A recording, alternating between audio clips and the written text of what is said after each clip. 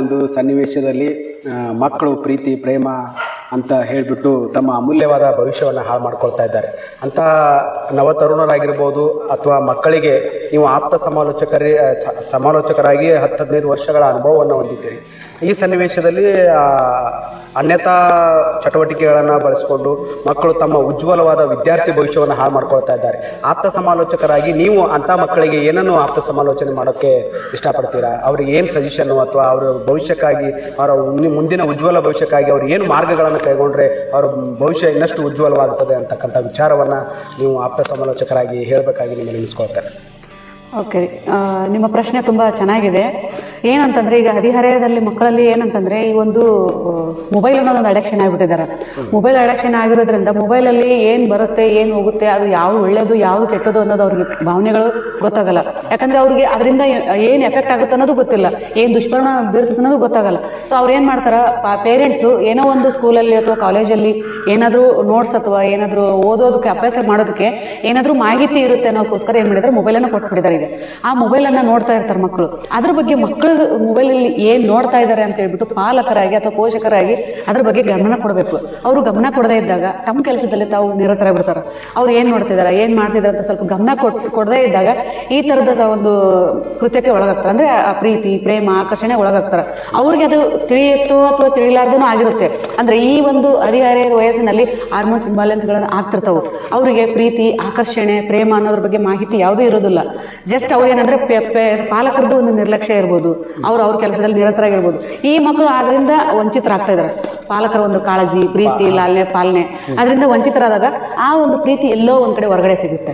ಹೆಂಗೆ ಅಂತಂದರೆ ಯಾರಾದರೂ ಹೋಗ್ತಿರ್ತಾರೆ, ಹುಡುಗರಾಗಿರ್ಬೋದು ಅಥವಾ ಹುಡುಗಿಯರಾಗಿರ್ಬೋದು, ಆ ಪ್ರೀತಿ ಎಲ್ಲೋ ಯಾರೋ ಕಡೆಯಿಂದನೂ ಒಂಚೂರು ಸುಳಿವು ಸಿಕ್ಕಾಗುತ್ತೆ. ಅಂದರೆ ತುಂಬ ಚೆನ್ನಾಗಿ ಮಾತಾಡೋರಾಗಿರ್ಬೋದು, ತುಂಬ ಚೆನ್ನಾಗಿ ಅವ್ರನ್ನ ಕೇರ್ ಮಾಡೋದಾಗಿರ್ಬೋದು, ಅವ್ರಿಗೆ ಸ್ಮೈಲ್ ಜಸ್ಟ್ ಒಂದು ಸ್ಮೈಲ್ ಕೊಟ್ಟು ಕೂಡ ಹುಡುಗರು ಹುಡುಗಿಯರಾಯಿತು ಆ ಒಂದು ಪ್ರೀತಿಗೆ ಮರಳಾಗ್ತಾ ಇದ್ದಾರೆ. ಈಗ ಒಟ್ಟಾರೆಯಾಗಿ ಈಗ ಒಂದು 18 ವರ್ಷದ ಒಳಗಿನ ಮಕ್ಕಳು ಪ್ರೀತಿಯಲ್ಲಿ ಬೀಳೋದು ಸೂಕ್ತನ ಅಥವಾ ಆ ಒಂದು ಬೀಳೋದ್ರಿಂದ ಅವರ ಉಜ್ವಲದ ಭವಿಷ್ಯ ಹಾಳಾಗ್ತದೆ ಅಂತ ನೀವು ಹೇಳ್ತಿದ್ದೀರಿ. ಅದಕ್ಕೆ ಅವರು ಅಂಥ ಮಕ್ಕಳಿಗೆ ಅಂಥ ಹುಡುಗರಿಗೆ ಏನನ್ನು ನೀವು ಆಪ್ತ ಸಮಾಲೋಚಕರಾಗಿ ಅವರು ಏನು ಪರಿವರ್ತನೆ ಆಗಬೇಕಂತಕ್ಕಂಥದ್ದು ವಿಚಾರವನ್ನು ವ್ಯಕ್ತಪಡಿಸಬೇಕಾಗಿ ನಿಮಗೆ ನಾವು ಏನು ಹೇಳ್ತಾ ಇದ್ದೀವಿ ಅಂತಂದರೆ, ಮಕ್ಕಳಲ್ಲಿ ಫಸ್ಟ್ ಇವಾಗ ಏನಂದರೆ ಅವ್ರ ಗುರಿಗಳನ್ನು ತಲುಪಬೇಕಾದ್ರೆ ಫಸ್ಟ್ ಅದಕ್ಕೆ ಬೆನ್ನೆಲುಬಾಗಿ ಪಾಲಕರು ನಿಲ್ಲಬೇಕಾಗುತ್ತೆ. ಅದು ಎಷ್ಟೇ ಇರಲಿ, ಬಡತನ ಇರಲಿ ಸಿರಿತನ ಇರಲಿ, ಒಂದು ಮನೆಯಲ್ಲಿ ಒಂದು ಕುರಿ ಸಾಕ್ತೀವಿ ನಾವು, ಪೇರೆಂಟ್ಸ್ ಅಥವಾ ಪಾಲಕರಾಯ್ತು ಕುರಿ ಸಾಕ್ತೀವಿ. ಕುರಿ ಸಾಕಿದಾಗ ಅದಕ್ಕೆ ಏನು ಮಾಡ್ತೀವಿ, ಇವತ್ತು ತಿಂದಾಯ್ತೋ ಇಲ್ಲೋ, ಇವತ್ತು ನೀರು ಹಸುವಾಗೈತೆ, ಅದು ನೀರು ಕೇಳಲ್ಲ, ಹಸುವಾಗೈತೆ ಅಂತ ಕೇಳಲ್ಲ. ಆದರೆ ಅದಕ್ಕೆ ಏನು ಮಾಡ್ತೀವಿ, ಸೊಪ್ಪು ಅಥವಾ ಹುಲ್ಲು ಹಾಕ್ತೀವಿ, ಏನೋ ಒಂದು ಹಾಕ್ತೀವಿ, ನೀರು ಕುಡಿಸ್ತೀವಿ. ಮಕ್ಕಳಿಗೆ ಇವ್ರಿಗೆ ಏನು ನೀಡೈತಿ, ಇವ್ರಿಗೆ ಏನು ಅವಶ್ಯಕತೆ ಐತಿ ಅಂತಂದು ಅದ್ರ ಬಗ್ಗೆ ಗಮನ ಕೊಡೋದಿಲ್ಲ. ಅದು ನೋಡಿ ಕುರಿ ಸಾಕಿದಾಗ ಅದು ಜಸ್ಟ್ ಅದು ಒಂದು ಮೈ ಸೌರಿ ಅದಕ್ಕೆ ಏನೋ ಒಂದು ಮಾಡಿ ಅದು ಸಾಕಿ ಬೆಳೆಸ್ತಾರೆ. 5,000 ರೂಪಾಯಿ ಕುರಿ ತೊಗೊಂಡು ಬಂದು 15,000 ರೂಪಾಯಿಗೆ ಸಾಕಿ ಚೆಂದಾಗಿ ಮಾಡಿ ಕೊಡ್ತಾರೆ. ಹಾಗಾಗಿ ತಾವು ಜನ್ಮ ಕೊಟ್ಟಂಥ ಮಕ್ಕಳಿಗೆ ಚೆನ್ನಾಗಿ ಅವ್ರ ಭವಿಷ್ಯ ಉಜ್ವಲ ಆಗಬೇಕು ಅಂತಂದರೆ ಅವರಲ್ಲಿರ್ತಕ್ಕಂಥ ನಡವಳಿಕೆ ಹಾವ ಭಾವ ವರ್ತನೆಯನ್ನು ಪಾಲಕರಾದವರು ಗಮನ ಕೊಡಲೇಬೇಕಾಗುತ್ತೆ. ಗಮನ ಕೊಡದೇ ಇದ್ದಾಗ ಮಕ್ಕಳು ಯಾವುದೋ ಒಬ್ಬ ಅಪರಿಚಿತ ವ್ಯಕ್ತಿ, ಈವಾಗಿನ ಮಕ್ಕಳು ಅಪರಿಚಿತ ವ್ಯಕ್ತಿಗಳನ್ನ ಬೇಗ ನಂಬ್ತಾರೆ. ಮನೆಯವ್ರಿಗಿಂತ ಬೇರೆ ಹೊರಗಡೆ ಇದ್ದ ಹುಡುಗರನ್ನ ನಂಬ್ತಾರೆ, ಹುಡುಗರು ಆಯಿತು ಹುಡುಗಿಯರು ಆಯಿತು, ಹಿಂಗೆ ಹೊರಗಡೆ ನಂಬ್ತಾರೆ. ನಂಬಿದಾಗ ಏನಾಗುತ್ತೆ, ಅವರು ಹೊರಗಡೆ ಹೋಗೋದಾಗ ಇಲ್ಲಿ ಏನಾಗ್ತಾರೆ, ಮನೆ ಬಿಟ್ಟು ಹೋಗ್ಬಿಡ್ತಾರೆ. ಮನೆ ಬಿಟ್ಟು ಹೋಗಿ ಎಲ್ಲೆಲ್ಲೋ ಇದ್ದು ಏನೇನೋ ತಿಂದು ಆ ಥರ ಹೋಗಿ ಬಂದು ಪೋಕ್ಸೋ ಕೇಸ್ ಆಗಿರ್ಬೋದು. ಈಗಿನ ಕಾನೂನು ಜೆ ಆಕ್ಟ್ ಪ್ರಕಾರ ಪೋಕ್ಸೋ ಕಾಯ್ದೆ ಅಂತಿದೆ. ಆ ಒಂದು ಪೋಕ್ಸೋ ಇದರಲ್ಲಿ ಮಕ್ಕಳು ತುತ್ತಾಗ್ತಾ ಇದ್ದಾರೆ. ಆಗ ಅವ್ರಿಗೇನು ಗೊತ್ತಾ, ಅವಾಗ ನಾನು ಏನು ಮಾಡಿದ್ದೀನಿ ನಾನು ಅವ್ರಿಗೆ ಗೊತ್ತಿರಲ್ಲ, ಅವ್ರು ನನ್ನಿಂದ ಏನಾಗ್ತಾ ಇದೆ ಅನ್ನೋದು ಗೊತ್ತಾಗ್ತಿಲ್ಲ. ಈ ಒಂದು ಕಾರಣದಿಂದ ಅವ್ರು ಏನಾಗ್ತಾರೆ, ಪೋಕ್ಸೋ ಪ್ರಕರಣವಾಗಿ ಬರ್ತಾ ಇದ್ದಾರೆ. ಅದಾದಮೇಲೆ ಅವ್ರಿಗೆ ನಾನು ತಪ್ಪು ಮಾಡಿದ್ದೀನಿ, ನನ್ನ ವರ್ತನೆ ಹಿಂಗಾಗಿದ್ದ, ನನ್ನಿಂದ ಈ ಥರ ಆಗಬಾರ್ದಾಗಿತ್ತು ಅಂತ ಆಮೇಲೆ ಪಶ್ಚಾತ್ತಾಪ ಪಡ್ತಾರೆ. ಅದಕ್ಕಿಂತ ಮುಂಚೆಗೆ ಏನು ಮಾಡ್ತಂದ್ರೆ ಪಾಲಕರು ಗುರುತಿಸಬೇಕು, ಅವರಿಗೆ ಓದೋದ್ರ ಕಡೆಗೆ ಕಾನ್ಸಂಟ್ರೇಟ್ ಕೊಡಬೇಕು.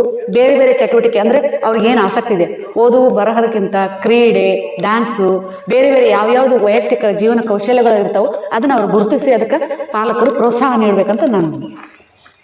ಒಟ್ಟಾರೆಯಾಗಿ ಪಾಲಕರ ಜವಾಬ್ದಾರಿ, ಪಾಲಕರ ಮಕ್ಕಳ ಮೇಲೆ ನಿಗಾ ಇಡೋದ್ರಿಂದ ಮಕ್ಕಳ ಭವಿಷ್ಯ ಉಜ್ವಲ ಆಗ್ತದೆ ಅಂತ ನಿಮ್ಮ ಅಭಿಪ್ರಾಯ. ಮತ್ತೆ ಈಗ ಅದೇ ರೀತಿಯಾಗಿ ಮಕ್ಕಳ ಪಾತ್ರ ಏನಿದೆ, ಮಕ್ಕಳು ಯಾವ ರೀತಿಯಾಗಿರಬೇಕು, ಮಕ್ಕಳ ಜವಾಬ್ದಾರಿ ಏನು ಅಂತಕ್ಕಂಥದ್ದನ್ನು ಕುರಿತು ಮಕ್ಕಳಿಗಾಗಿ ಒಂದೆರಡು ಮಾತುಗಳನ್ನು ಹೇಳಿದ್ರೆ.